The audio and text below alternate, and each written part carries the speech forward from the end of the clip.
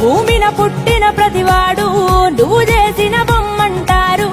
ఒకడెందుకు చక్కగా ఉంటాడు, ఇంకోడెందుకు తిక్కగా ఉంటాడు. గడపను దాటే ప్రతివాడు నిన్ను మొక్కే బయలెలుతాడు. ఒకడన్ని సాధిస్తాడు, ఇంకోడెందుకు సాగిలబడతాడు.